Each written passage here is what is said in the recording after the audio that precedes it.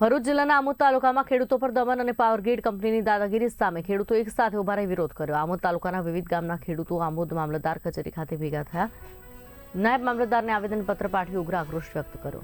ખેડૂતોના આક્ષેપ મુજબ પાવરગ્રીડ કંપની દ્વારા કોઈપણ સમિતિ કે પરમિશન લીધા વગર જ તેમની માલિકી જમીનમાં હાઈટેન્શન ટાવરો ઊભા કરવામાં આવી રહ્યા છે। વિરોધ કરનાર ખેડૂતોને પોલીસ દ્વારા ધમકી આપી દબાવવાનો પ્રયાસ થઈ રહ્યો છે।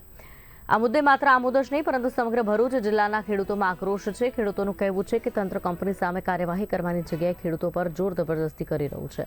પોલીસ બંદોબસ્ત સાથે ખાનગી જમીનમાં ટાવર ઊભા કરવાનું પગલું ખેડૂતોના હક પર સીધી ચોટ છે। સ્થાનિક ધારાસભ્ય ડીકે સ્વામી તથા રાજ્યના મંત્રી ઋષિકેશ પટેલને રૂબરૂ મળી રજૂઆત કરી હતી, ત્યારે ખાતરી આપવામાં આવી હતી કે ખેડૂતોની સંમતિ અને યોગ્ય વળતર બાદ જ કાર્યવાહી થશે, પરંતુ હાલની પરિસ્થિતિને લઈ ખુલ્લેઆમ પડકારાથી દેખાઈ રહી છે। ખેડૂતો દ્વારા આમોદ મામલતદાર કચેરી ખાતે આવેદનપત્ર આપવામાં આવ્યું।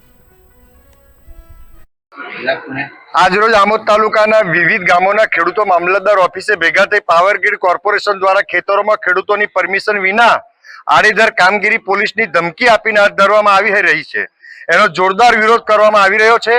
ખેડૂતોએ આ અંગે અગાઉ ધારાસભ્ય શ્રી ડીકે સ્વામી તેમજ ઉર્જા મંત્રી ઋષિકેશભાઈ પટેલને રૂબરૂ ગાંધીનગર મળી રજૂઆત કરી હતી, ત્યારે તેઓએ વળતરના પ્રશ્નો ઉકેલ્યા વિના કામગીરી હાથ ધરવામાં આવશે નહીં એવી મૌખિક ખાતરી પણ આપી હતી। તેમ છતાં પાવરગ્રીડ દ્વારા કામગીરી હાથ ધરવાની કવાયત હાથ ધરતા ખેડૂતોમાં રોષ ભભૂકી ઉઠ્યો છે અને જો આ કામગીરી શરૂ કરાશે તો ખેડૂતો ભેગા મળી પ્રતિકાર કરશે અને જરૂર પડે રસ્તા રોકો આંદોલન કરતા પણ ખચકાશે નહીં અને અશાંતિ પેદા થશે તો તંત્રની સંપૂર્ણ જવાબદારી